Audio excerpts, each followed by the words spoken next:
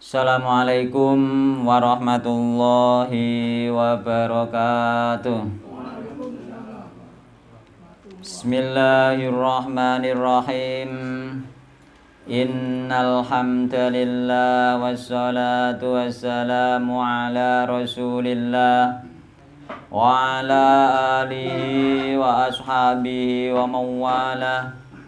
Wala haula wala quwwata illa billah wa man ittaba'a huda ila yaumil qiyamah amma ba'du fa inna asdaqal hadithi kitabullah wa khairal huda huda Muhammadin sallallahu alaihi wasallam wa syarrul umuri muhdatsatuha fa inna kulla muhdatsatin bid'ah wa kulla bid'atin dhalalah wa kulla dhalalatin finnar. Ikhwani rahimani wa rahimakumullah. Patut kita panjatkan puji syukur kehadirat Allah Subhanahu wa taala yang mana pada siang hari ini atau sore hari ini kita dipertemukan kembali oleh Allah Subhanahu wa taala di majelis yang mulia ini dalam rangka bermajelis taklim, yang mudah-mudahan dengan bermajelis taklim ini Allah mudahkan jalan kita menuju surga Allah Subhanahu wa taala sebagaimana yang Rasulullah sallallahu alaihi wasallam pernah sabdakan, man salaka tariqan yaltamisu fi ilman sahalallahu lahu bi tariqan ilal jannah. Barang siapa menempuh jalan, di jalan tersebut dia mencari ilmu, Allah mudahkan jalan dia dengan sebab mencari ilmu tersebut jalan menuju surga Allah Subhanahu wa taala. Dan mudah-mudahan pertemuan kita, kedatangan kita pada sore hari ini dimasukkan pula oleh Allah Subhanahu wa taala termasuk kategori orang-orang yang selalu mensyukuri nikmat-nikmat Allah Subhanahu wa taala, di antaranya nikmat sehat dan waktu luang. Sebagaimana yang disyaratkan oleh sabda Nabi Muhammad SAW bahwasanya banyak orang yang melupakan nikmat sehat dan waktu luang tersebut. Beliau SAW bersabda, nikmatani maghbunun fi ma katsirun minan nas wal faru. Ada dua nikmat tersebut banyak dilupakan manusia, yaitu nikmat sehat dan waktu luang. Dan marilah kita doakan semoga teman-teman kita yang sakit segera sembuh dan diampuni dosa-dosanya oleh Allah Subhanahu wa taala. Dan kita doakan semoga orang-orang yang haji menjadi haji yang mabrur. Karena haji yang mabrur itu al-hajjul mabrur laisa lahu jazaa'un illal jannah. Haji mabrur itu tidak ada balasannya kecuali surga. Jadi haji mabrur itu masuk surga Allah Subhanahu wa taala. Dan orang yang berhaji itu ketika dia ikhlas, tidak berkata kotor dan tidak berbuat kefasikan, yakni buat kemaksiatan, maka dia kembali ke rumahnya sebagaimana dia dilahirkan oleh ibunya, yakni tidak punya dosa sama sekali tapi amalannya masih utuh. Jadi malah amalan tok, dosane hilang, koyo dene lagi dilahirno. Jadi man hajja lillahi, barang siapa berhaji karena Allah, falam yarfuth, dia tidak berkata kotor, walam yafsuk, dan juga tidak berbuat kefasikan, yakni tidak berbuat kemaksiatan. Raja'a ka yaumi waladathu ummuhu, dia kembali pulang sebagaimana dia sebagaimana keadaannya dia itu suci, sebagaimana dia dilahirkan oleh ibunya. Jadi luar biasa. Makanya orang-orang yang berhaji itu atau bahkan umroh juga itu doanya mustajab. Kemarin kula niku gadah tetangga, dia mempunyai anak yang belum nikah, sudah sampai tua.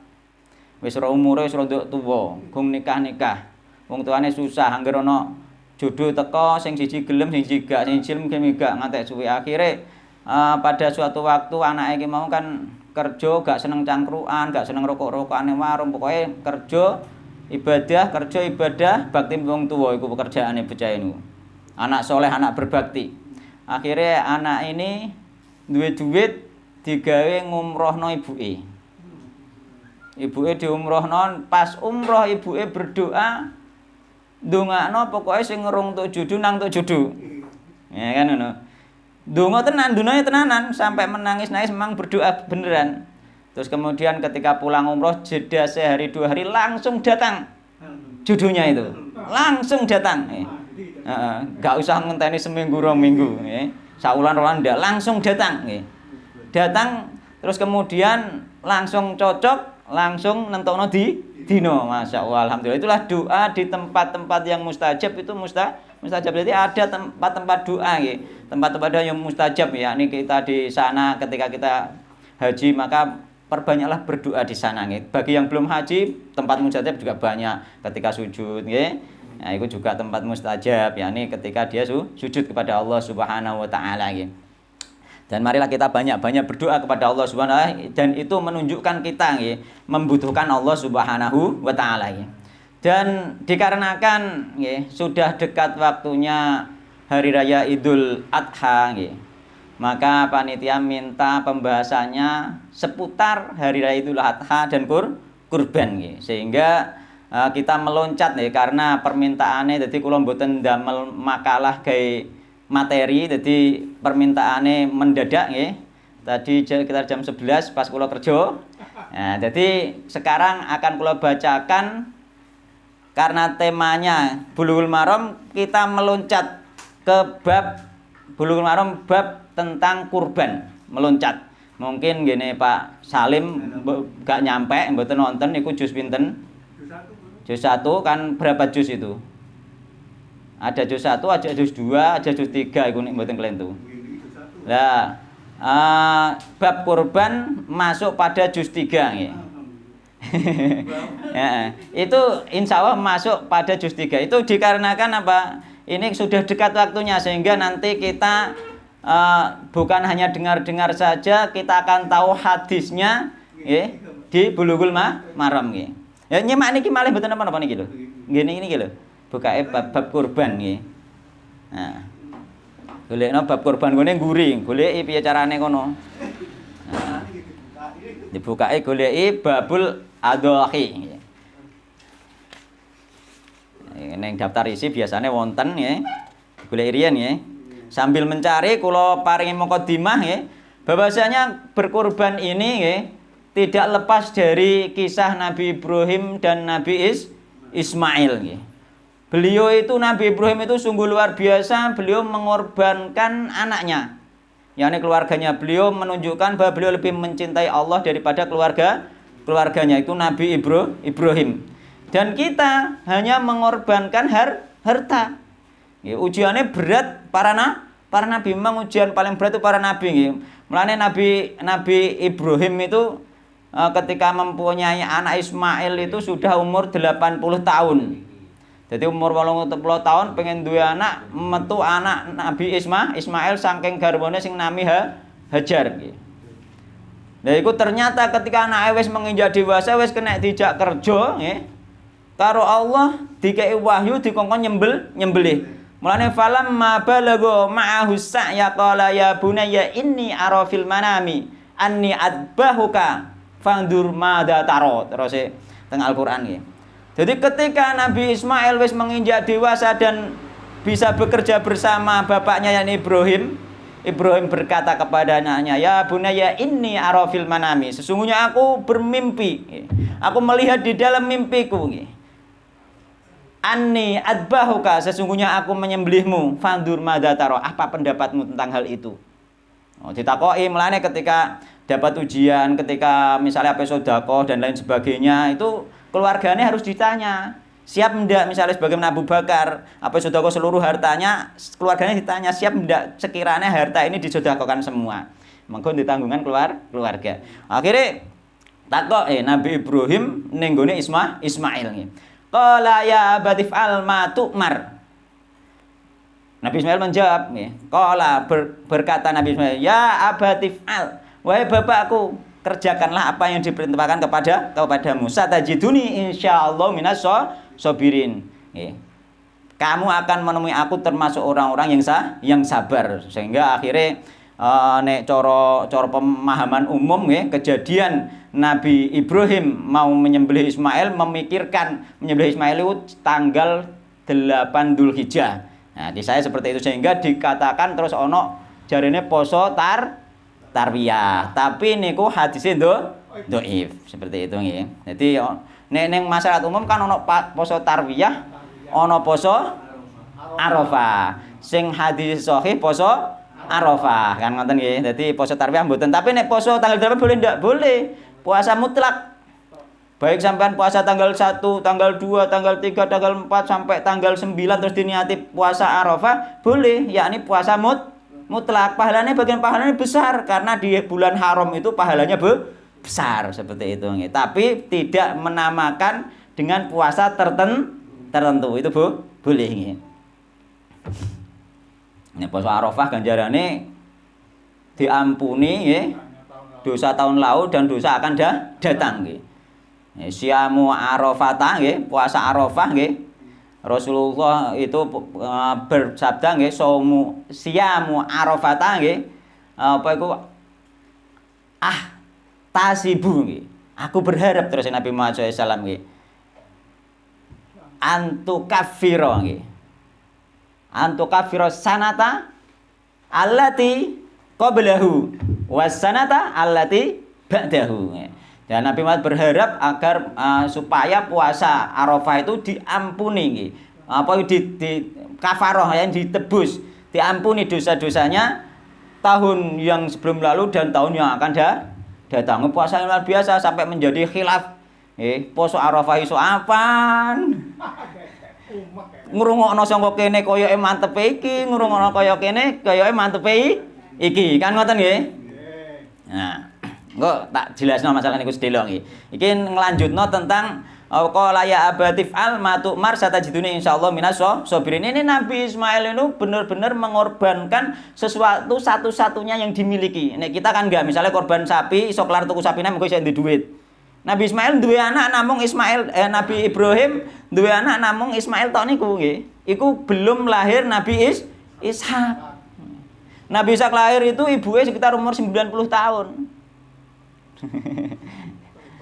Nabi Ishak iku, Nabi Ishak lahir iku setelah kejadian kurban. Nah, jadi terus akhirnya Allah memberi hadiah kepada Nabi Ibrahim yakni adik Ismail sangka garwane Nabi Ibrahim sing jenenge Sarah, duwe anak Ismail, terus duwe anak turun sampai tok Nabi Yakub, sampai akhirnya tok Nabi Isa. Yani nglahir bukan Ismail. Nggih Ishak nggih, kleru nggih. Nabi Ishak terus sampai tok Nabi Yakub, Nabi Yusuf tok Nabi Isa. Jadi itu termasuk masih keturunannya Nabi Ibrahim lewat Nabi Ishak kan ngoten nggih. Salah ucap nggih, Ishak kleru Ismail kan ngoten. Jadi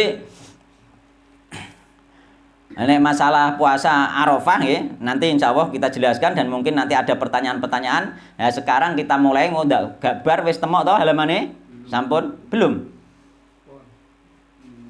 Ini belum kalau cari kayak sedelok kayak. Babul adoh hinggune kok guri kok. Nggih. Tesih bodho niki. Nggih. Mohon tak boleh nanten daftar isine kok.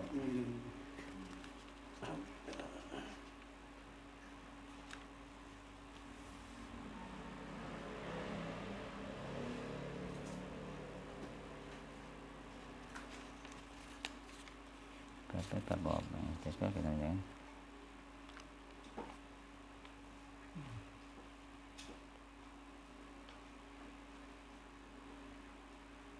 Ada boleh.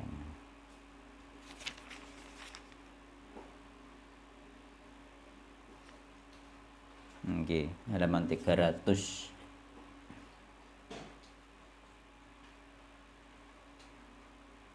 Waduh. Niki. Untuk masalah Arafah dan sebagainya nanti masuk ke pertanyaan insyaallah ya. Biar rada enak kontennya. Bismillahirrahmanirrahim. Babul adhahi utawa bab mentelake tentang masalah kurban ya. Ana Anas bin Malik radhiyallahu anhu anna Nabi sallallahu alaihi wasallam iku kana ana sinten Nabi Muhammad sallallahu alaihi wasallam iku yudhahi nggih. Berkorban sinten Nabi bikapsyaini kelawan wedhus gibas luru. Amlahaini kang putih karone, akronaini kang duwe sungu karone. Jadi sing paling afdol nek korban wedhus sing duwe sungu, nggih. Sing duwe sungu brujul beda sungu afdol duwe sungu. Kenapa? Ya, Nabi melakukan dan juga di pasaran lebih mahal. Sing duwe sungu lebih mahal nggih. Timbang karo sing ganti sungu nggih. Wa yusammi wa yukabbir. Kemudian Nabi Muhammad SAW baca bismillah dan bertakbir bismillah wallahu akbar. Terus disembelih. Wa yadau rijlahu ala safahihima. Nabi Muhammad SAW meletakkan kakinya di atas apa itu leher keduanya. Wa fil lafdin dabahahuma biyadihi. Di nenggone lafaz liyane Nabi Muhammad SAW nyembelih dengan tangannya sendiri. Ya ini dibelah dhewe nek sampean saged dibelah dhewe monggo nggih. Iku termasuk sunnah nggih. Diwakilkan juga bisa nggih. Niate piye? Niate sing penting sampean mbok serahno iku wis jenenge wis niat nggih. Sampean di niat kurban, kambinge mbok gawa, tu kambing mbok gawa ning ngene panitia mbok serahno wis jenenge niat kurban nggih. Wa fil lafdin sami naini nggih. Kang lemu karone. Mergo ning gone riwayat-riwayat sahabat Nabi ku nek ape kurban iku wedhuse dilemukno dhisik. Dimone dipuk cara iki dicuwombor sik saurunge tuk masa kurban dilemukno ben faedahe lebih besar nggih. Yani dagingnya akeh. Mulane para ulama itu mengatakan secara jumhur ulama nggih kurban sing paling utama pertama unta, kedua sapi, ketiga kambing iku jumhur ulama. Alasannya apa? Unta lebih mahal daripada sapi nggih. Sapi lebih mahal daripada kambing. Seandainya sama-sama wong siji kurban unta siji utawa sapi siji utawa wedhus siji yo utama unta siji kan lebih mahal kan seperti itu. Nah, sampai seperti itu nggih. Itu jumhur ulama nggih. Adapun kemarin tak sampaikan, lho temen ndi sekirane masyarakate kira-kira nek mangane wak wedhus kok darah tinggi akeh sing darah tinggi, sing mbelih dhewe kira-kira kan disunahno mangan nggih. Disunahno mangan, dianjurno ning Al-Qur'an ku mangan daginge kurbani. Ya. Nah nek kira-kira sing penyembelih di darah tinggi, sing Abdul ya mbelih sapi. Dia kira-kira disunahno mangan daginge nggih. Wali Abi Awanata lan niku kedue Abu Awanah fi sahihihi taminaini nggih. Ana lafaz taminaini kang larang regane. Dadi sing larang, sing paling utama iku sing lemu, sing larang nggih, sing disungu. Iki sing paling utama. Bil musalasati badala sin, yani di apa iku tak ya, yani saminain ning riwayatene saminaini, ning riwayat liyane nganggo tak saminaini. Yani nek saminaini lemu, nek saminaini iku larang, hargane larang. Kacek sak tok tulisane padha karek sak ambek sin tok wis beda nggih. Wa fi lafdin li Muslim wa yaqulu bismillah wallahu akbar. Nyembelih cukup maca bismillah wallahu akbar selesai. Adapun kurban-kurban panitia ning umum disebutno jenenge sapa, ya iku disebutno iku gak apa-apa. Adapun gak disebutno ndak masalah. Walahu lan iku Imam Muslim min hadits Aisyah, sing hadits Aisyah amaro nggih. Perintah sinten Kanjeng Nabi bikapsin kelawan kurban wedhus nggih. Akrona kang bersungu ya ta'u fi sawadin sing kakine ireng waya bruku fi sawadin wetenge ireng wayang nduru fi sawadin mripate ireng fautiya bihi maka apa iku kambing tadi didatangkan kepada Rasulullah sallallahu alaihi wasallam liyudhiyah supaya disembelih nggih bihi nggih faqala mongko matur sinten Nabi laha maring Ibu Aisyah ya Aisyah halummi al-mudyata.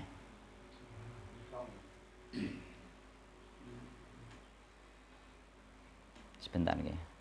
Assalamualaikum. Ayo piye? Abi lagi kajian yuk.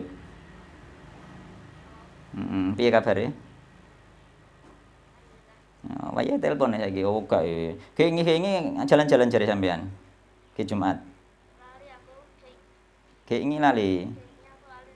Oh, lali gak nelpon. Engko sore nelpon gak apa-apa. Kandhani nggih Ustaz nggih, Ustaz kandhani. Engko sore wae habis ning omah, ngono nggih.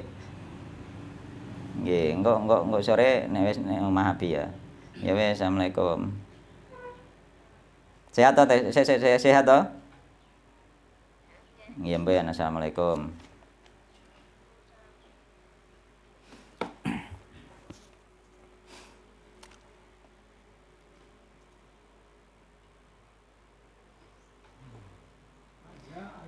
Faqala laha ya Aisyah halummi al-mudyata nggih. Wae Aisyah nekakno sapa sira al-mudyata ing pisau nggih. pisau, lading cara Jawane. Tsumma qala hadhiha nggih. Apa iku jenenge iku nglandhepno sapa sira kon ngungkal nggih. Ha ing lading mau bihajan kelan watu dungkal watu. Fa fa'alat mongko nglakoni sinten Ibu Aisyah. Tsumma akhadha mongko ngalap sinten Nabi ha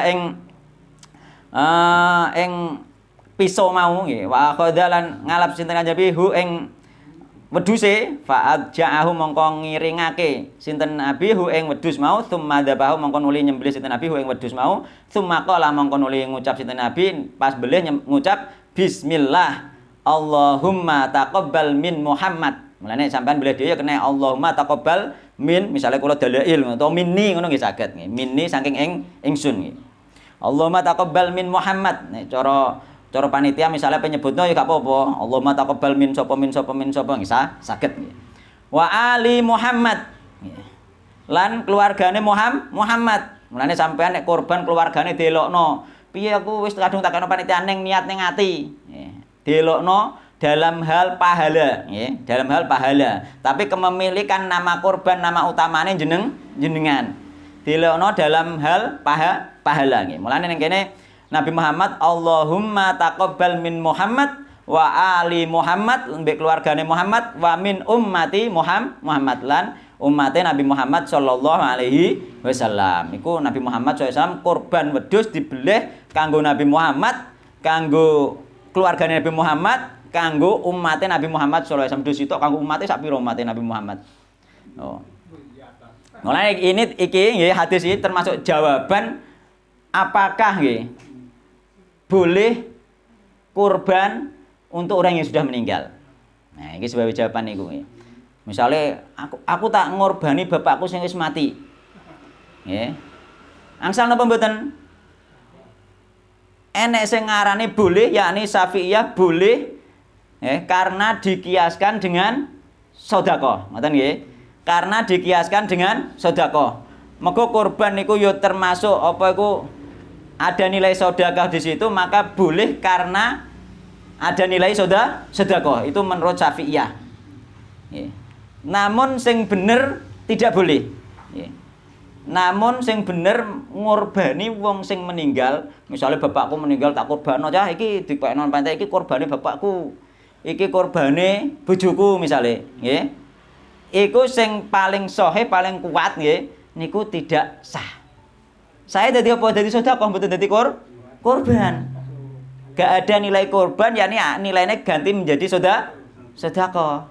Ya oleh-oleh wae tapi dadi sedekah, rugi gak dadi korban nggih. Dadi iku mergo apa kenapa? Alasannya apa? Alasannya Nabi Muhammad sallallahu alaihi wasallam dan para sahabat zaman dulu sudah ada syariat kurban dan ada nggih. Apa itu ada peluang untuk mengorbani nggih, ada sayang kepada keluarga juga nggih.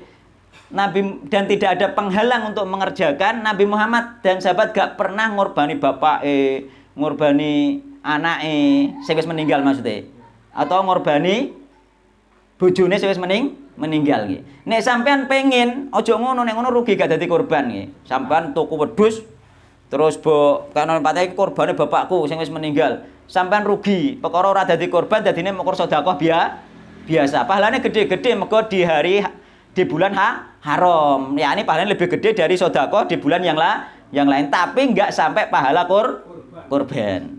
Ya, rugi kan? Nek pengen dadi pahala korban pripun? Namane jenengan kiyambak, bapak jenengan elokno nggih. Tunggal iki Nabi Allahumma taqabbal min Muhammad wa ali Muhammad nggih. Allahumma taqabbal minni wa ali baiti misalnya ngono. Dan keluarga berarti keluargamu ya ahli baiti, keluarga sing nang omahmu iku sing sak omah mbek kowe sing baik sing meninggal maupun masih hidup dapat nggih. Utawa mbok sebutno wali abi ngono. Nah, jadi Allahumma taqabbal minni wa abi misalnya bisa, wa umi misalnya. Nah, bisa. Nah, itu baru tapi kok sing korban jenengan. Tapi nek langsung di atas nama sing mati rugi, gak dadi korban, ngoten nggih. Dan iki termasuk dalilnya para ulama berdalil dengan hadis ini Nabi Muhammad berkorban untuk diri Nabi Muhammad sendiri wa ali Muhammad keluarganya Nabi Muhammad wa min ummati Muhammad dan umatnya Nabi Muhammad SAW. Dan ini menurut para ulama umatnya Nabi Muhammad ono sing wis meninggal ono sing masih hidup sehingga ketika diikutkan dalam hal pahala boleh. Tapi nek dikorbankan secara khusus maka tidak ada contoh ngajari Nabi dan para sahabat Nabi Muhammad sallallahu alaihi wasallam. Sampean rugi mengukur hanya menjadi nilai sedekah. Mengko dikiaskan sedekah dadine ya sedekah bukan dadi korban. Ngoten nggih. Iku dalile jelas nggih. Rugi Pak. Apalagi nggih, ora ngono tok nggih, inna waladakum min kasbikum. Misale bapakmu ibumu wis mati sampean korban, bapakmu ibumu gak boleh sebutlah langsung dapat pahala. Mengko inna waladakum min kasbikum. Mbok sebut yo gak apa-apa, gak boleh sebut yo gak apa-apa. Nek mbok sebut contone Nabi Muhammad iki nggih, nek gak boleh sebut gak ada masalah. Sing penting innamal a'malu binniyat. Mbok kek ning gone panitia wis anak bojom kabeh melok oleh ganjaran. Iki korbanku ngono ae wis selesai. Ning atim kanggo keluargaku, kanggo anakku, kanggo bojoku semuanya dapat. Niki spontan mau ya pertanyaan. Nggih. Keluarga. Ya, misalnya saya punya anak saya sudah nikah, punya rumah tangga sendiri. Nggih. Apakah kalau saya korban saya sebut untuk keluarga saya, anak saya dapat pahala? Kalau niate sampean maksudnya sampai anak-anak sampean nggih sampai. Mulane innamal a'malu binniyat. Walaupun dia sudah mandiri dan kaya misalkan tidak ada masalah. Semuanya dapat, semuanya dapat, tidak ada masalah. Yang penting niat neng atine sampean, mengko innamal a'malu binniyat. Semua dapat. Karena apa? Dhewe sugih kok ben korban dhewe. Korban kan sunnah, enggak wajib. Kan ono wong gak korban, gak apa-apa gak korban. Sunnah muakkad korban itu. Sunnah yang ditekankan enggak sampai wajib, kan ngoten. Keluarga itu dibatasi anak. Kalau saudara bisa enggak? Bisa, wong orang lain aja bisa. Bisa. Terserah. Kan orang lain saja bisa. Suami, istri, bisa semuanya. Mergo Nabi Muhammad iki wa ali Muhammad terus wa min ummati Muhammad dan ummate Muhammad. Iku apane Nabi Muhammad umate niku? Umate Nabi Muhammad itu apane? Orang lain kan? Itu pun dapat. Ya gitu. Jadi jenengan nek pengen lomo nggih ngoten nggih. Kancane mbok elokno ya gak apa-apa dalam serikat pahala itu termasuk mendoakan temannya. Wallahu taala alam. Kan ngoten nggih. Jadi enak timbang karo pemahamane wong awam iku kudu dibenerno. Mergo nek gak eman-eman dadi sedekah tok ora dadi korban ngono lho. Wis setorne panitia tuku ketoke gagah. Kok ketoke nek wis ngurbani mbae sing wis mati, ngurbani bae sing mati wis anak sing berbakti. Mboten ngoten carane. Engko dadi sedekah gak dadi korban. Ngoten nggih. Ban, iki lanjutno hadise. Hadise iki kur saiki nanti tak baca sampai selesai kemudian baru tanya jawab nggih. Nek tanya jawab spontan nggih, gak apa-apa. Mengko tanya jawab spontan nek gak langsung takok biasanya kok lali gak sida takok. Enak wae nek ambek aku kaya ngobrol biasa mboten napa-napa. Spontan metu krentek nek sampean gak sempat nyatet langsung takok gak apa-apa. Nek iso tak jawab gak iso utang. Utawa tak lemparno ning gone sing iso kan ngono. Wa ana Abi Hurairah radhiyallahu anhu qala Rasulullah sallallahu alaihi wasallam man kana lahu sa'atun wa lam yudhi fala yaqrabanna musallana. Iki termasuk dalil nas sunah muakkad. Man utai sapane wong sang Abu Hurairah dan ini mauquf, yakni ini termasuk sing sahih nggih, mauquf nggih, yakni perkataan Abu Hurairah yakni man utai sapane kana lamun ana sapa man iku man utai kana lamun ana iku lahu kedeman apa saatun keluasan luas di dalam rezeki walam yudhilan ora nggih berkorban sapa man fala yaqrabanna mongko aja perek-perek temenan sapa man musallana ing tempat salat kita yakni tempat salat hari raya Idul Adha. Nek wong duwe keluasan harta kok gak korban ya wis jare Abu Hurairah aluk ora usah salat Idul Adha sisan ngoten. Nah, itu termasuk perkataan Abu Hurairah. Kenapa ini dikatakan enggak sampai wajib? Karena ada apa itu riwayat yang lain idza arada ahadakum nggih. Idza arada ahadakum ayyudhiya. Terus Nabi, jika kalian ingin berkorban nggih. Nah, ingin kata-kata ingin menurut para ulama ingin itu menunjukkan tidak wajib. Sing pengen yo kurbano, sing gak pengen yo gak korban gak apa-apa. Yo rugi lah yo nek gak korban nek duwe kan ngono. Artinya gak disiksa nggih, gak dapat dosa, tapi rugi ono kesempatan yang luar biasa setahun sekali tidak dikerjakan. Sebenarnya rugi kan ngoten.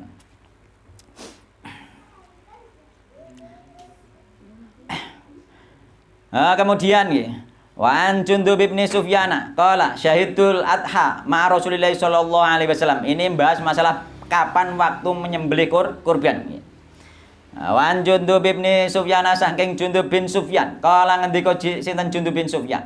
Syahidtu nggih nekani sapa ingsun al-adha ing salat hari raya Idul Adha ma Rasulillah sallallahu alaihi wasallam sertane Rasulullah sallallahu alaihi wasallam. Falamma qadha mongko nalikane ngrampungake sinten Kanjeng Nabi sallallahu ing salate Nabi binasi nggih kelan menungso setelah Nabi Muhammad wis bar salat hari Idul Adha nadoro mongko ningali sinten Nabi Muhammad sallallahu ila gonamin maring wedhus qaddubihat kang teman-teman wis den sembelih apa wedhus. Nabi Muhammad salat hari raya nggih bersama Sufyan ya Jundub bin Sufyan nggih. Setelah salat hari raya ternyata nggih wis ana wedhus sing bar dibelih. Oh, mikire anggur wis hari wis bodho wis oleh mbelih kan ngono mikire. Sing penting wis bodho mbelih. Faqala mongko ngendika sinten Kanjeng Nabi, "Man utahe sapane wong iku dzabah lamun nyembelih sapa man qabla salate ing dalem sadurunge salat, falyadzbah mongko nyembelih sapa man satan ing wedhus makanaha ingkang dadi gantine wedhus sing disembelih mau. Kon mbelih neh." Mergo sembelihan pertama gak sah dadi kurban nggih. Tapi sembelihane sah dipangan kenek tapi dadi sedekah nek didomno nggih. Nek dijual ya dadi dagangan kan. Didomno dadi sedekah, tapi gak sah dadi kurban kon belih nek karo Rasulullah sallallahu alaihi wasallam. Wa man lam yakun wa man lam yakun ora ana sapa man nek urung belih nggih dzabah mongko belih sapa man falyadzbah nggih. Wa man sapa iku lam yakun nggih. Lamun ora ana sapa man iku dzabah belih yakni urung belih falyadzbah mongko becik belih sapa man alas milahi ing ngatasé menyebut namanya Allah Subhanahu wa taala muttafaqun alaih. Jadi waktu belih harus salat hari raya sudah selesai. Padahal salat hari mana? Salat hari raya yang dia biasa salat di situ kan ngoten nggih. Ya, jadi mesti dia gak salat misalnya dia omah, nek salat hari raya sudah selesai maka belih sudah boleh nggih. Meskipun dia gak salat misalnya di rumah. Ya, maka belih tetap ngenteni selesainya salat. Hadis yang keempat ini membahas tentang cacat yang menjadi tidak sahnya kurban. Wa anil Barra'i lan saking Barra bin Azib radhiyallahu anhu qala qama fina Rasulullah sallallahu alaihi wasallam qama jumeneng fina ing dalem antarané kita sinten Rasulullah sallallahu alaihi wasallam faqala mongko ngendika sinten Nabi Muhammad sallallahu alaihi wasallam arbaun utahe perkara papat la tajuzu nggih yakni hayawan papat maksudnya arbaun utawi kewan papat la tajuzu iku ora wenang apa arbaun kewan sing model papat iki fiddohaya ing dalem digawe kurban gak oleh digawe kurban. Sing nomor 1 yaiku rupane al auraul bayyinu awaruha nggih. Al aurau yaiku kewan sing picek nggih. Al bayyinu awaruha sing jelas piceke. Nek gak jelas gak apa-apa. Misale dhek asline picek tapi didelok normal biasa ketoke. Misale picek sak isih didelok normal biasa. Ya maka sing dinilai iku dilihat mata biasa. Mulane syariat itu sesuatu yang nampak nyata yang dipakai rata-rata. Termasuk nanti masalah ru'yatul hilal itu sing nampak mata nanti nggih. Jadi sing nampak mata ora sing ning gone karangan itu hitungan nggih.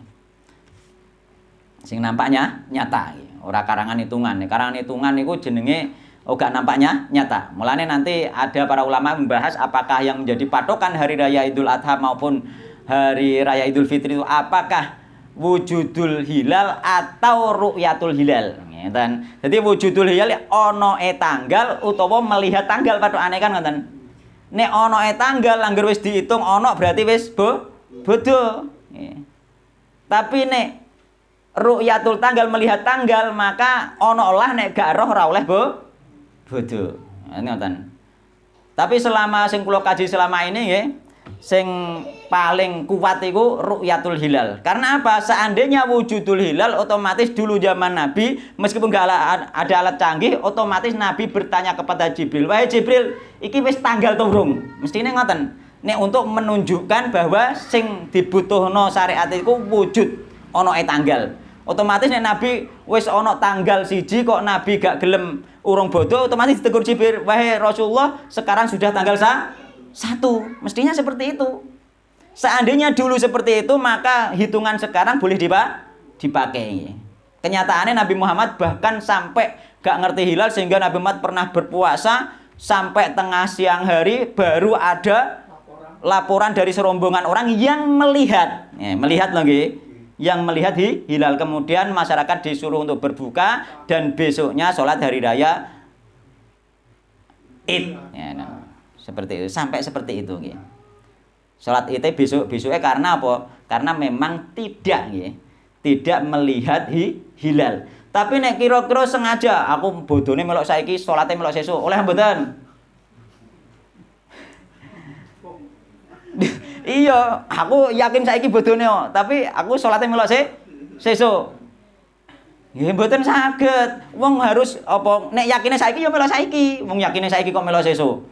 Berarti nek sampean melok sesuk berarti sampean dari awal wis niat salat Id tanggal 2. Gak ono riwayat sahih salat itu tanggal 2, kecuali memang tidak tahu apa jenenge iku prakteknya Nabi salat Id tanggal 2 kan karena tidak bukan direncanakan, bukan disengaja.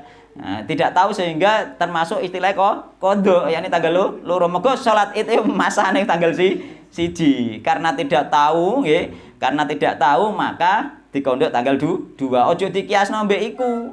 Wis gak apa-apa, sing penting bodoh gak bareng lah, ayo salate bareng-bareng. Mboten, keyakinan itu harus diaplikasikan. Kita yakin ya yakin. Nah nek kados kula kan dikongkon khutbah hari apa ngene. Sing pemerintah hari apa? Kamis ya. Hari Rebo nggih mboten saged kula yakine Kamis kok. Karena apa? Kenapa yakinnya Kamis? Karena dasare iku apa ru'yatul hilal nggih. Bukan wujudul hilal, wujude hilal. Onoe hilal gak dianggap ning ngene syariat nggih. Nabi Muhammad gak nganggep.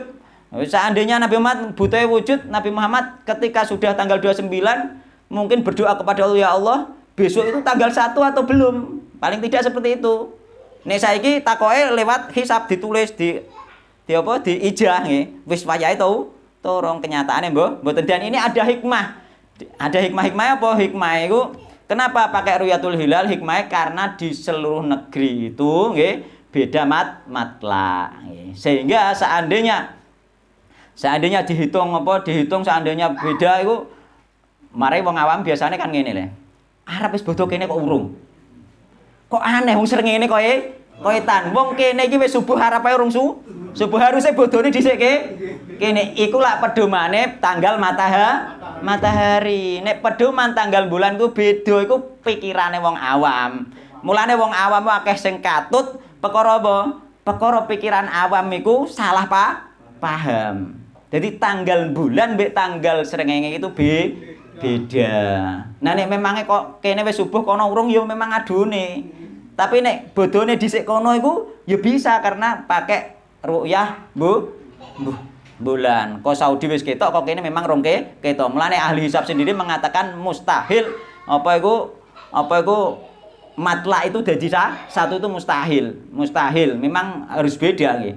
Mulane termasuk wukuf ning Arafah, termasuk sing pertanyaan sing penting iku apa posone tentang hari Arafah dan lain sebagainya itu apakah puasa tanggal 9 puasa Arafah itu harus nggih?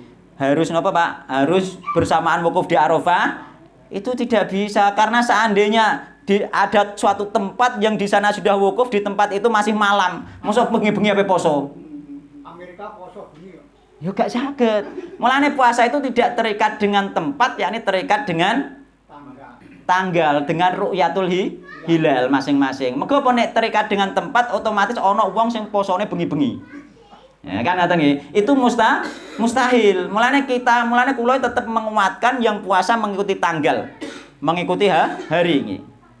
Tidak mengikuti hisab atau tidak mengikuti ru'yah Arab Saudi karena beda. Beda. Setiap tempat mempunyai ru'yah masing-masing. Nggih. Karena diperintahkan seperti itu. Iku termasuk hikmah ru'yah nggih. Nek saumpama gak pakai ru'yah repot poso-poso bengi-bengi kudu poso dekne. Lah syariat poso bengi ku gak ono. Kan ngoten. Mboten wonten. Ini termasuk hanya dalil akal seperti ini saja sebenarnya sudah jelas. Kan seperti itu. Ora leren dituwurang nang jelimet wong ngantek bingung.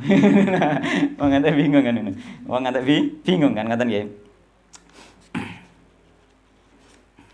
Jadi memang ulama dari dulu memang berbeda pendapat, namun pendapat yang paling kuat adalah hari berkenaan dengan hari ini. Sebagaimana dijelaskan oleh Ustadzuna Khaliful Hadi niku bahwasanya apakah puasa Arafah itu mengikuti apa itu berkaitan dengan tempat atau berkaitan dengan hari. Maka yang lebih kuat berkaitan dengan hari. Karena lafate apa saumu yaumi Arafah. Ada lafat lain memang saumu Arafah. Nah, nek saumu Arafah tok masih bisa hari bisa tidak bisa tempat, tapi nek wis saumu yaumi Arafah berarti wis hari. Dan ada lewat juga bahwa Rasulullah SAW puasa tanggal 9 Dzulhijjah. Mulane nek sampean somben iki nek anut tanggal kene tanggal 9 dina Rebu nggih. Tanggal 9 dina Rebu. Nek anut kene tanggal 9 dina Rebu. Lah nek sampean misale penanggalane anut Saudi dina Rebu wis bodo. Berarti nek anut Saudi sampean aku posone tanggal 8. Padahal Nabi Muhammad poso iya toh, poso apa? Poso Arafah tanggal piro? Tanggal 9. Lah ki tanggal 8 kok wis poso kan ngoten. Mulane nek kula sing paling kuat kait biyen kula niku nggih. Alhamdulillah karena apa? Karena apa itu mencari referensi yang banyak nggih, termasuk dari Ustadzuna Khaliful Hadi juga mengatakan seperti itu. Itu juga sesuatu hal yang kuat karena beliau ahli usul nggih. Ahli usul fikih. Beliau ahli usul fikih nggih. Jadi dalam usul fikih untuk menetapkan sesuatu itu harus apa itu ada alasannya juga gitu. Jadi beliau ahli usul fikih. Beliau karangan kitabnya banyak, cuma berbahasa Arab, tapi beliau ketika ngarang biasanya dibawa ke syekh gitu, terus diteliti syekh terusan dicetak. Ada di pondok pesantren beliau karangan ini. Sebenarnya beliau itu muridnya Ustadz Aunur Rafiq dulunya. Beliau muridnya Ustadz Aunur Rafiq, terus kemudian dikirim ke Yaman gitu. Nggih. Dulu seperti itu. Nggih. Nanti kalau ada pertanyaan lagi ini dilanjutkan sampai selesai teks nanti tanya jawab lagi. Nggih, poso tanggal 8 atau tanggal 9? Nggih, harus dimantapkan, itu harus dimantapkan. Termasuk kita hari raya. Hari raya pun harus dimantapkan mengikuti matlak masing-masing. Jangan sampai mengikuti Ru'yatul Hilal yang ada di Saudi. Itu beda, memang beda tempat itu beda. Allah menyuruhnya itu melihat, bukan wujudul hilal, onoe tanggal bukan ngono. Mulane nek bolak-balik nek onoe tanggal yo malah disebut aku, "Duh, Muhammad ke kok orang bodoh iki wis tanggal 1 ngono mestine." Zaman wahyu kan masih ada wahyu pada saat itu. Tapi memang yang dikehendaki Allah itu melihat, bukan wujud adanya tanggal seperti itu. Kalau seperti itu setiap tahun pasti terjadi. Karena Arab Saudi itu lebih dulu melihat hilal. Karena hilal itu keluarnya di sebelah barat. Nggih. Jadi ya setiap tahun beda terus kok akhirnya nggih. Iya, beda terus. Kalau nggak pakai ruyah. Nggih, memang seperti itu nggih. Mulai kita harus tahu nggih perbedaannya antara apa tanggal pedoman bulan dan pedoman matahari. Aku dibantah wong sukene wis subuh Mekah wae urung subuh, bantai kan ngono. Iku jenenge ora roh ilmu aslinya. Jadi dia berdasarkan akal dan berdasarkan asumsi orang awam, yakni tidak berdasarkan ilmu ya. Dipadakno wae ambek carane subuh. Mboten sami iku srengenge subuh iku. Srengenge koetan kok haruse bodho dhisik sing etan kuwi kok ngono. Gremenge ngono gremenge. Bahkan itu ana sing berkelas wis dianggap tokoh itu sampai seperti itu gremenge iku. Wong kringene koetan kok mestine dhisik sing etan ngono terus isih anu. Ngonten niku. Padahal wis kelase anu. Cuma karena dia tidak belajar nggih. Tidak paham nggih. Belum paham sebenarnya belum berpaham nggih. Bukan tidak belajar, ya mungkin belajar tapi belum paham sampai di situ. Suatu saat nanti paham insyaallah nggih. Tapi perdebatan pasti ada terus. Muga isih ana wong awam terus ngoten lho. Jadi sampean yo sing legowo ngoten lho. Karena apa? Mereka melakukan sesuai keyakinan yo wis enggak ada masalah kita kan ngoten nggih. Semuanya sesuai keyakinan. Tapi yo iku mang aja nek wis yakin Rebo yo Rebo, nek yakin Kemis yo Kemis. Salate aja dieleh kan ngoten. Nek cara aku mesisan, nek treke yakin Rebo yo salat Id Rebo to, aja Kemis kan ngoten nek cara kula. Mergo gak ana dalile salat Id nek tanggal 2 ngono.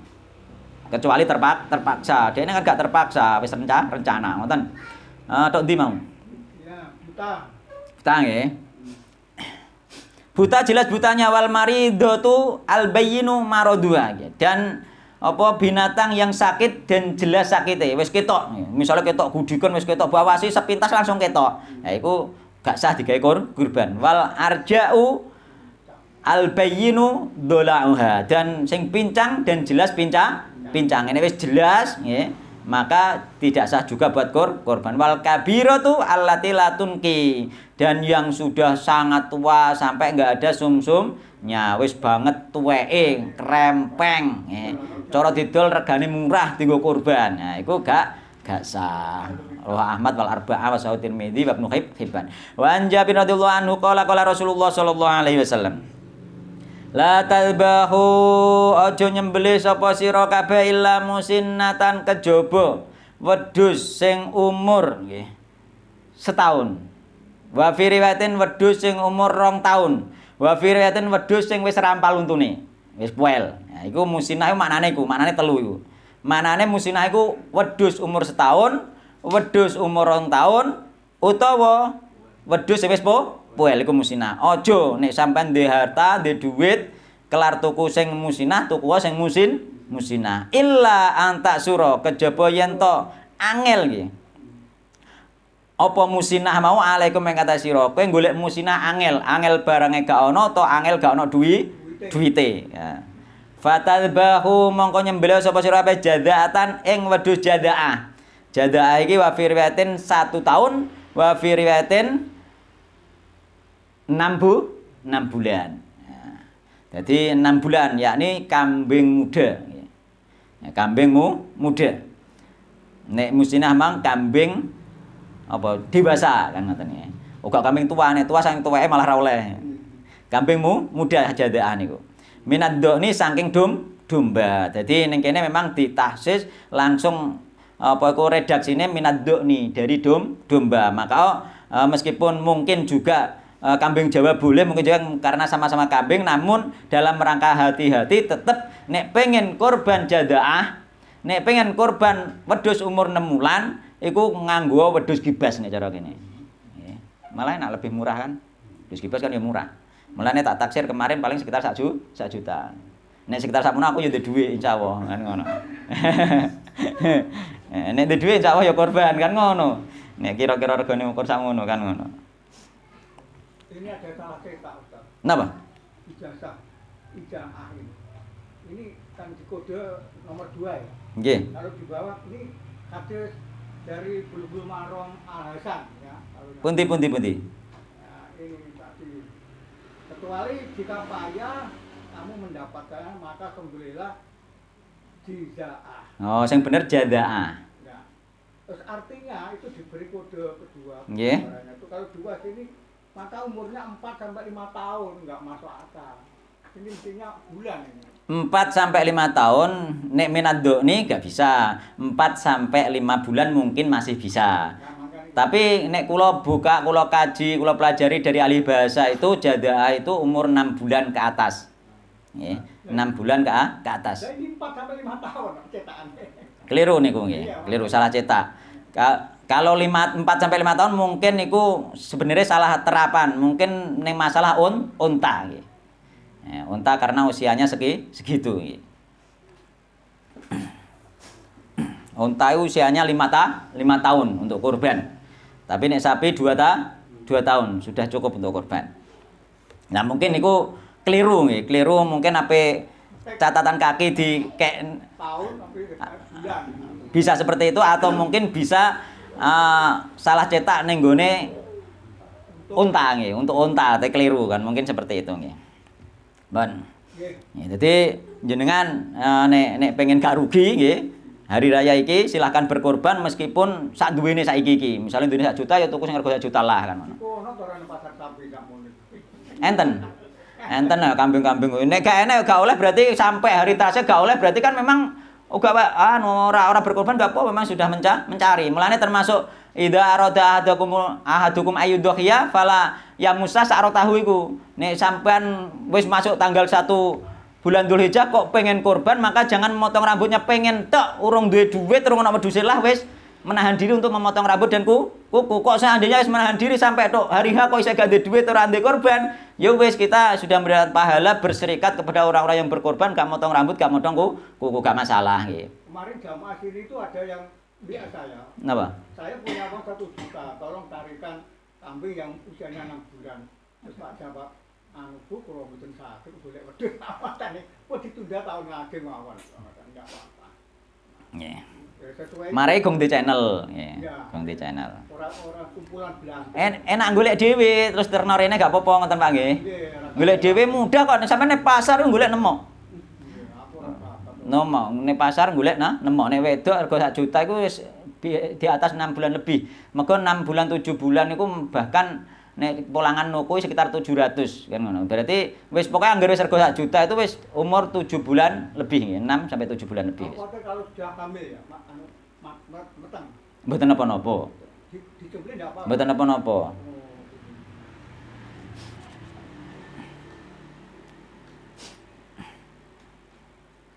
Wong gak ketok mari kok. Tapi aja jarak sing meteng ya ben manake meteng. Ora ketok kok. Ora ketok, ora apa-apa. Tapi nek urip malah beneran. Mboten biasane atut mati Pak biasane Pak.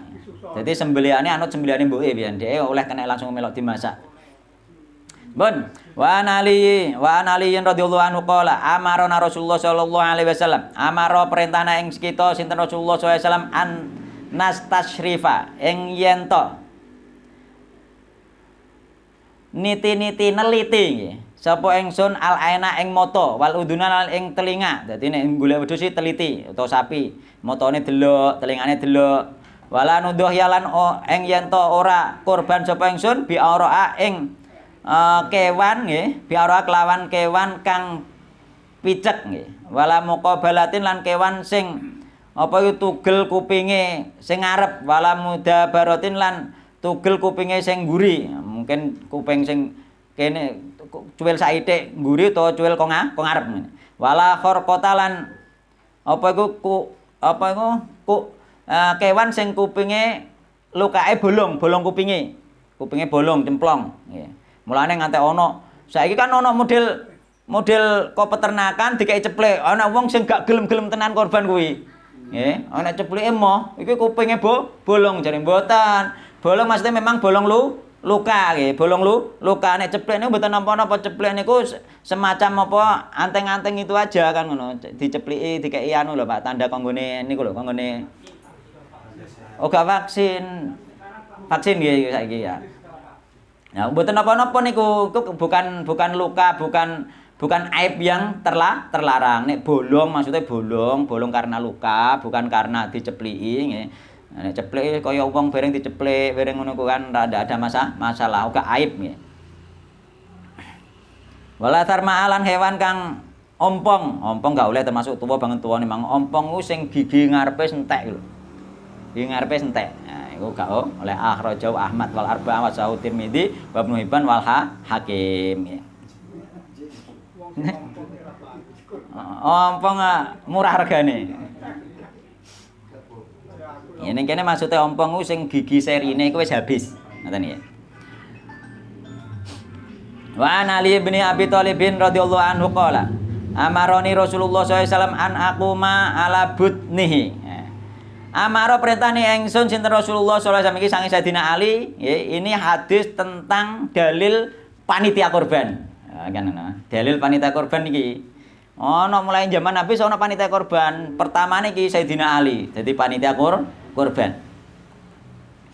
Amaro perintah ni ingsun sinten Rasulullah SAW an aquma ing yen to jumeneng sapa ingsun ala butnihi ing atase ontane Nabi Muhammad sallallahu alaihi wasallam.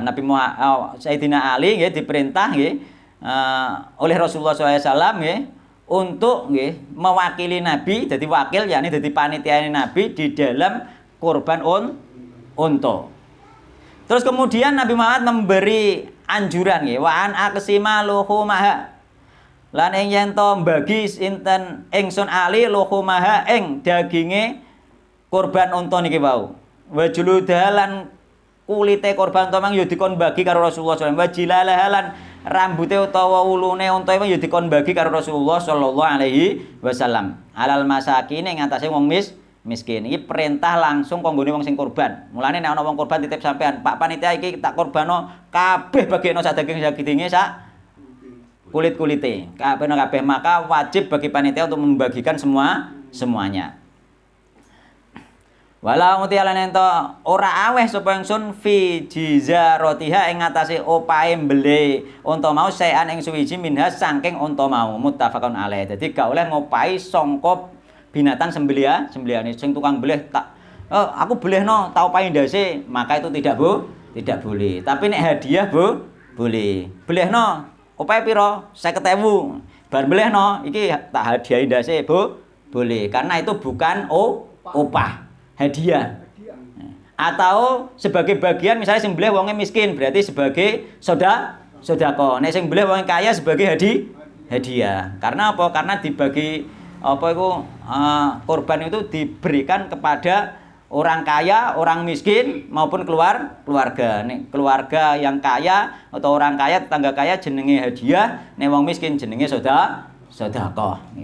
Bahkan termasuk orang-orang yang menyaksikan penyembelihan juga harus dibagi. Baik orang miskin atau orang kaya yang melok ndelok mbelih itu harus dibagi. Itu ada di Al-Qur'an. Terus nek misale wong sing setorne panitia, nek iso ditakoki, "Ki njaluk daginge ta ora?" Ngono. Nek njaluk dikeki. Mergo apa iku termasuk sunah nggih. Kulu kon mangan nggih. Kon mangan daginge. Wong sing kurban kon mangan nggih. Jadi sebaiknya yo dibagi nggih. Dadi sing kurban dikeki nggih. Ben melok mangan daginge nggih. Batasane sak pira? Batasane sebenarnya enggak ada batasan bagiane sak pira wong sing kurban.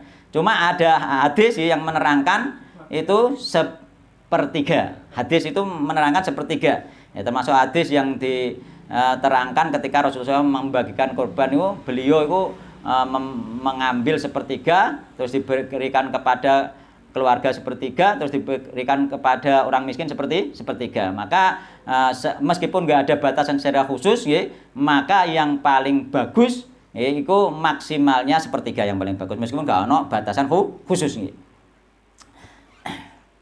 Sepertiga, wis wakil Pak sepertiga Pak. Sepertiga ora kaprah ya. Kayak kulkas ranten entek. Membeli wedhus siji sepertiga wae kayak kulkas ranten entek kan. Berarti kan luar biasa karena apa? Ya butuhe dibelih nggih. Terus karo Allah orangnya sendiri boleh makan, tapi wong awam ku ngantek gak pahame sing boleh gak oleh mangan malahan ijul-ijulan ambek gone kancane. Kuwi biyen ngono, ijulan. DM nek nggone sapene kancane nek dadi panitia nek iso gak ngono umpama duwe wedhus ya kok wedhuse iku mau, wedhuse dhewe. Harus wedhuse dhewe nggih. Dene kok nggone kancane kok nek wis ndum-nduman, yakni sebagai hadiah atau sebagai sedekah ngoten. Jadi sepertiga itu tadi. Nggih. Misalnya contoh saya mengeluarkan kurban kambing. Sedangkan kelompok jamaah saya ada yang sapi. Nggih. 7. Nah, bagian saya sepertiga itu kan mengambil dari kambing toh. Nggih, wong sampean korban kambing. Tidak boleh ya katakanlah untuk mengambil sepertiga dari sapi. Gak boleh nek gak oleh izin karo sing korban sapi dikei sebagai hadiah. Mulane panitia repote ngene. Dadi sampean nek dadi panitia, kok ana wedhus 3 utawa 4, tengeri iki wedhus sapa ngono sing njaluk bagian weki kanggone daginge wedhuse dhewe-dhewe. Iku tugas panitia. Nggih. Iku tugasnya panitia nggih. Nek sapi karuan wis dadi siji, misale kanggo wong 7, ya wis wong 7 mek kok sapi iku kabeh. Kan ngoten. Terus sisane dibagi, lagi didumno. Ngoten, gak rugi mbelih iku melok oleh bagian kok. Kan ngoten. Tapi ya didum tanggane Pak, ora dipangan dhewe. Oh, lho nek wis di bagian dhewe kan terserah wong kan ngoten. Terserah wonge nggih. Jadi ini termasuk Nabi Muhammad melarang menjual kulit ini, yakni Nabi Muhammad langsung melarang ke panitia. Seandainya kulit ini misalnya dihadiah oleh panitia, bukan opah loh, hadiah. Harus bisa membedakan hadiah itu gak ada ikatan perjanjian, tapi nek opah itu ada. Aku tak belehno sapi mbok opahi piro kan ngoten. To mbok opahi apa kan ngoten. Nek gak ono perjanjian jenenge hadiah nggih. Ya wis gak apa-apa kulite tak kekno panitia. Misal panitia wong 7 kok wedhuse 7 wis tak bagi siji-siji. Nah, misale ngono. Misale nek kekno panitia, ada panitia terserah mau dijual, mau diapakan ndak ada wis weke dhewe. Utawa misale mbok kekno wong miskin, kulit kan dikekno wong miskin. Kekno jerit nggone wong miskin. Wong miskin mau dijual kan tidak ada masalah. Mulane dagingnya, kulitnya dijual udah masalah. Yang penting sing menjual bukan orang yang berkorban dan bukan mewakili orang yang berkorban. Sampeyan oleh bagian iwak sapi wake. Mbok pangan gak ngentekno, mbok ndumno tanggane wis bodho duwe kabeh. Bodol, mboten napa-napa. Sing gak oleh kan ngedol beliane dhewe. Niku sing mboten angsal. Ngoten nggih. Dadi harus paham niku.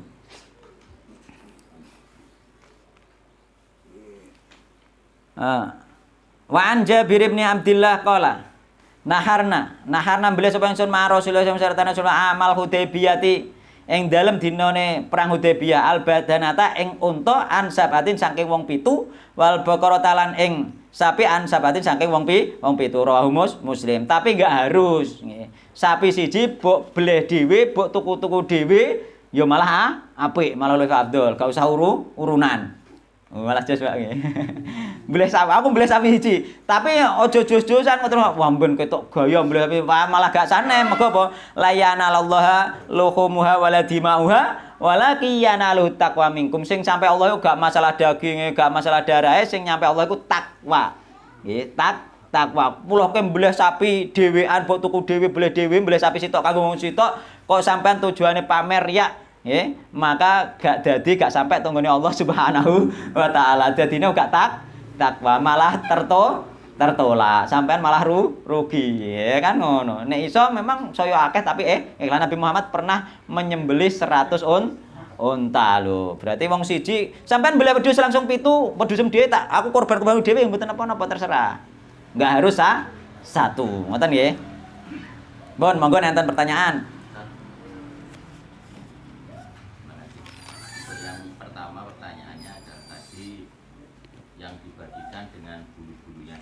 Jadi dengan kulitnya. Saya pernah melihat sebelum dibagikan itu kebetulan kambing ya. Dikerok terlebih dahulu. Apakah itu tidak sah kurbannya? Satu itu. Yang kedua pernah mendengarkan, tidak tahu ya, saya pernah mendengarkan ceramah juga. Katanya hadisnya ada bahwasanya untuk kambing atau daging kurban itu yang menerima pun tidak boleh untuk menjualnya. Ini tadi dikatakan oleh Ustaz yang menerima boleh menjualnya. Apakah itu ada tuntunannya, Ustaz? Terima kasih. Untuk yang pertama, yakni dikerik dulu, terus baru dibagikan. Karena apa itu bulu tidak ada gunanya, maka sebenarnya tidak apa-apa. Itu untuk memudahkan orang, karena orang sini mungkin gak dikerik sik dilasno kok ya dikerik neh kan ngoten. Karena itu dibuang. Mungkin kalau di Arab kan bulu digunakan. Maka bedanya di situ nggih. Mungkin di Arab mungkin domba sing bulune kena didol utawa unta mungkin ana bulune ning kono kena didol, mungkin seperti itu nggih. Karo di sini enggak ada gunanya maka tidak apa-apa. Bagi umpama bondumi ulu ya dienggo apa wong kan ngoten. Iku masalah maslahat saja nggih. Mboten napa-napa tetep sah nggih. Toh yang kedua napa wau? Tentang menerima ya. Penerima nggih. Penerima daging kurban. Nggih. Tadi dikatakan dijual nggih. Boleh dijual. Nggih, boleh. Padahal saya pernah mendengarkan juga bahwasanya daging kurban yang diberikan itu tidak boleh dijual. Ini yang apakah yang boleh dijual tadi juga ada tuntunannya? Yang boleh dijual itu sebenarnya karena lafadz hadisnya itu menuju yang berkorban yang melarang. Jadi yang dilarang dijual itu orang yang berkorban, bukan orang yang mendapat dum-duman korban. Oleh para ulama nggak ada perselisihan dalam hal itu, dan tidak ada hadis yang menunjukkan bahwasanya orang yang menerima dilarang menjual, nggak ada. Karena bagi orang bagi penerima boleh dimakan, boleh dijual, dan boleh diberikan lagi kepada orang lain. Adapun bagi yang menyembelih maka yang boleh hanya dimakan. Mulai yang ayat Al-Quran fakulu minha, makanlah darinya. Itu ditujukan kepada orang yang berkorban. Sehingga khusus untuk orang yang berkorban hanya boleh makan, tidak boleh menjual. Dan hadis yang lain selain itu wallahu ta'ala kula mboten ngertos. Dan selama kula belajar kepada para ustadz dan juga kula cari-cari pendapat para ulama, enggak ada yang mengarah kepada nggih. Yang saya tahu nggih, nggak ada yang mengarah kepada orang yang mendapatkan bagian kurban dilarang menjual. Nggak ada. Terserah, sing wis oleh dipangan, dijual, dibagikan kepada orang lain lagi terserah. Adapun yang berkorban fakulu minha, maka makanlah darinya. Malah dikongkon makan. Jadi sampean nek kurban luwih apik mangan timbang karo sing ora malan. Meskipun mbok kena kabeh sah, tapi beda neh nek kira-kira di darah tinggi boleh wedhus ya aja melo mangan. Muga iku mandoroti kan ngoten nggih. Ngoten. Napa malih? Ya, saya Ustaz. Yang saya tanyakan masalah takbiran. Nggih. Takbiran ini sepengamatan saya Nggih. itu ada dua versi. Tes pundi? Yang pertama adalah takbir Allahu Akbar, Allahu Akbar, Allahu Akbar. Nggih. Itu 3 kali. Nggih, terus. Terus ada versi yang kedua adalah takbirnya itu hanya 2 kali. 2 kali nggih. Ya, itu bagaimana menurut Ustaz? 2 kali sama 1 kali itu sama 3 kali itu sama-sama boleh. Sama-sama. Ya, karena di riwayat Ibnu Mas'ud nggih, itu ada takbirnya, riwayat pertama takbirnya 2 kali, riwayat kedua takbirnya 3 kali.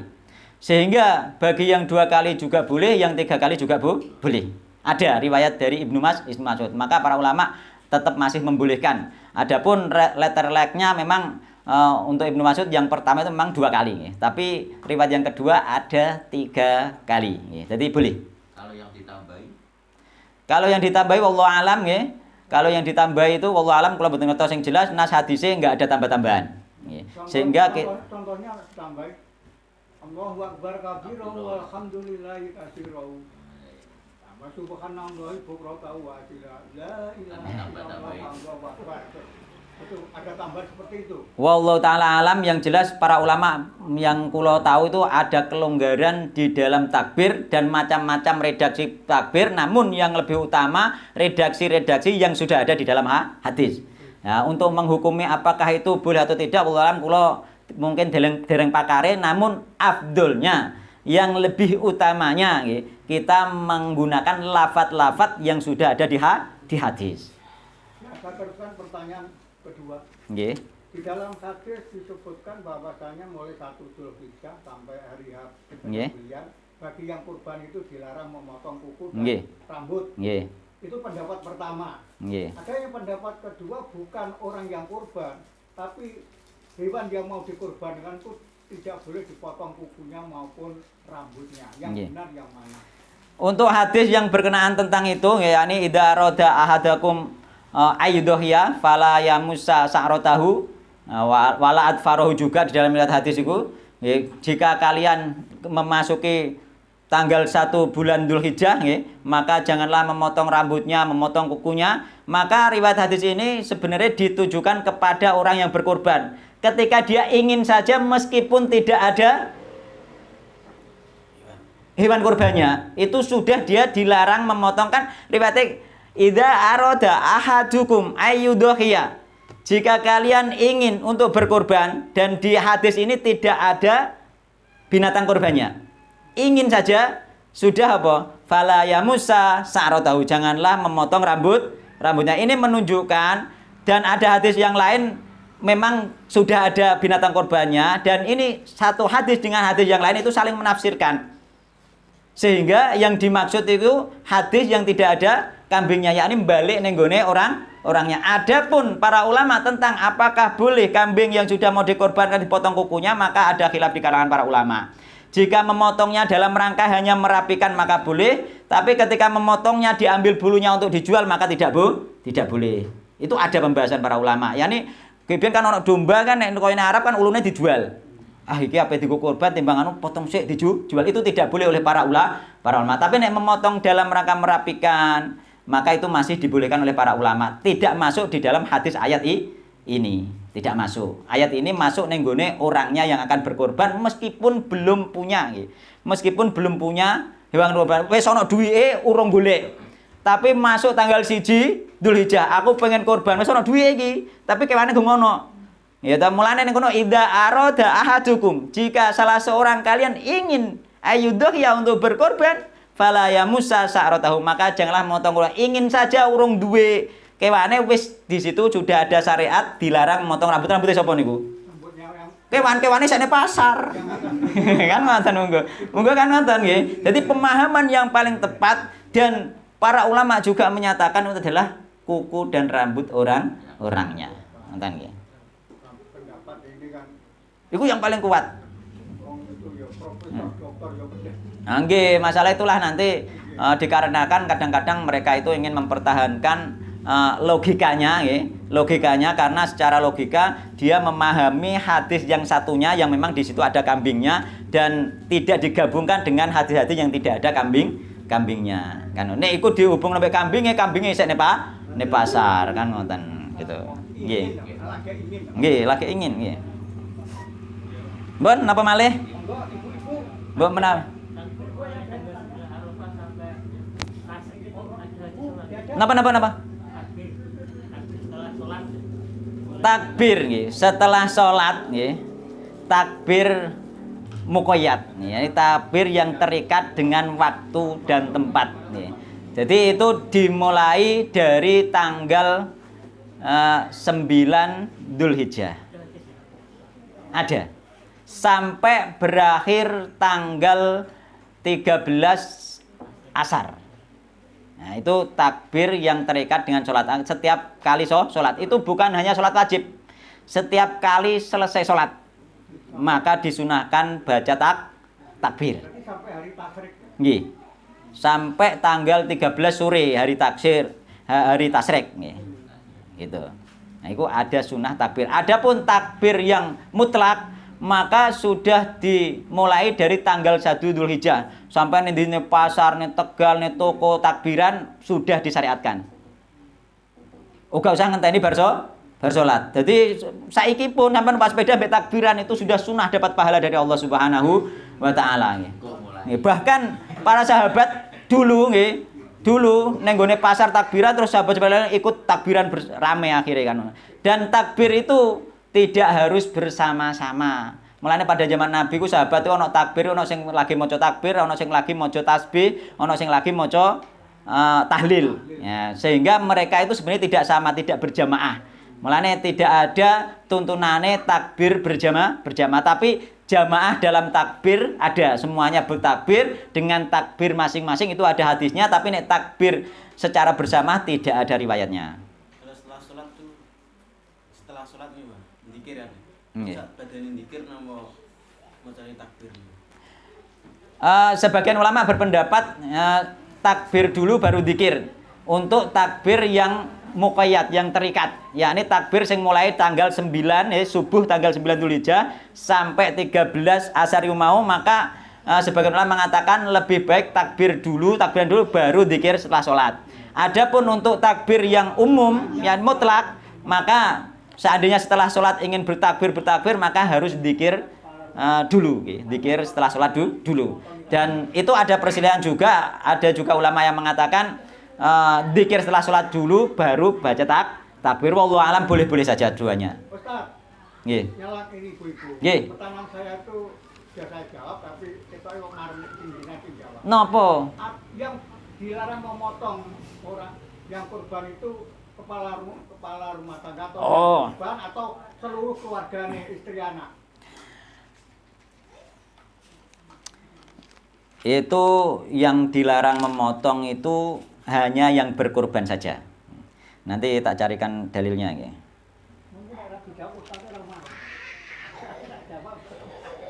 Mana torane kene.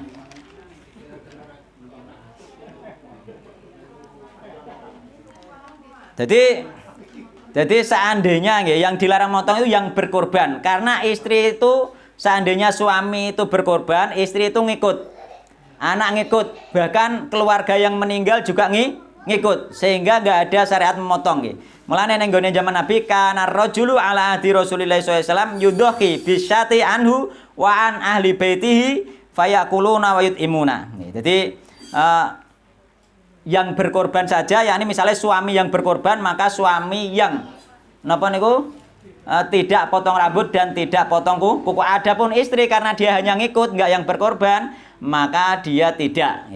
Ya, seandainya dia ingin berkorban sendiri, bojone wis korban wedhus. Sing wedok ya pengen korban ya boleh wedhus pisan. maka dia baru mendapatkan apa itu syariat, yakni tidak potong kuku, tidak potong rambut nggih. Itu hanya untuk yang berkorban saja. Wallahu taala alam nggih. Mbon napa malih enten malih mboten? Soal itu kulit korban. Nggih. Yang dijual tadi boleh ya panitia menjual kulit korban. Boleh. Pertama terserah yang berkorban. Apakah kulit itu dihadiahkan untuk panitia atau tidak, kan seperti itu. Uangnya nanti dikumpulkan terus diapakan itu kalau banyak kulitnya. Kalau panitia kan dibagi panitia karena itu diberikan panitia. Biasanya dijadikan satu. Ya dibagi. Uangnya dibagi-bagi. Nah, kalau yang berkorban diam saja, wis pokoknya tak korban tak ikhlasno wis. Nah, itu maka itu bisa menjadi milik panitia dalam rangka sebagai panitia penerima hadiah atau panitia memang penerima sedekah atau diberikan yang lain terserah. Enggak apa-apa. Karena bukan yang berkorban. Ini masalah panitia ya. Nggih. Pada intinya tadi keterangannya adalah hewan, daging hewan maupun kulit itu diberikan kepada apa itu sebagian sepertiga adalah yang kurban, ya sepertiga hadiah, sepertiga adalah fakir miskin. Nah, termasuk kulit ini mestinya kan harus dihadiahkan dulu, baru dijual. Gitu. Nah, jadi orang kok panitia itu terus otomatis menjual, enggak. Ada akad, harus ada akad bahwa itu diberikan panitia, misalkan seperti itu. Kesepakatan atau hadiah, atau mungkin yang tepat ya orang lain lah, dihadiah orang lain. Terus mari itu Tempat dijual. saya itu kan begini, dijual jadikan satu tapi bukan dibayar uang. Dipakai apa? Dipakai untuk operasional atau Tidak bisa. Tidak bisa. Harus dibagi. Operasional itu nek dipakai operasional berarti itu sebagai upah. Kalau sebagai upah maka tidak sah dijual, haram. Nggak boleh. Operasional harus diambil dari orang yang berkorban, yakni ditarik. Yo, kowe misale beli wedhus siji yo luwehi lah duwe 100.000 kanggo operasional misalkan. Karena apa? Itu opah dari orang yang membantu. Tapi nek kira-kira didolno kulite dienggo operasional maka itu tidak boleh, haram. Tapi nek bukan untuk operasional, memang diberikan panitia siapa yang dikei misalnya utawa orang yang ada di situ diberi hadiah kulit itu lalu dijual dipek dhewe dienggo ngopi enggak ada masalah. Terus sampun? Sampun nggih? Nggih sampun wallahu taala alam nggih. Waktunya sudah habis nggih. Mungkin kalau ada pertanyaan lagi sudah terlanjur selesai. Besok mawon nggih. Yang jelas hari rayanya tanggal 10 nggih. Nah, yang jelas hari rayanya tanggal 10 Dzulhijjah. Yang puasa Arafahnya juga tanggal 9 Dzulhijjah. Jangan puasa tanggal 8 Dzulhijjah. Wallahu taala alam. Harinya ditentukan. Nek tanggal ya, hari Kamis. Hari Kamis nggih. Sholat Idnya Jumat. Yo hari Kamis ta? iya, Nggih. Rabu puasa Arafah. Ah, Rabu puasa Arafah, Kamis salat Id. Puasanya Pak. Iya. Hari raya tadi kan Pak? Hari raya hari Kamis. Iya. Sholat Idnya kapan kan gitu. Hari raya sholat. Hari raya sama dengan sholat Id. Ya, jadi puasa Arafahnya hari Rabu, terusan salat Idnya hari raya hari Kamis. Wallahu taala alam. Semoga kajian sedikit ini menjadi pencerahan sehingga kita tidak ragu-ragu lagi nggih. Subhanakallahumma bihamdik asyhadu an la ilaha illa anta astaghfiruka wa atubu ilaik. Wassalamualaikum warahmatullahi wabarakatuh.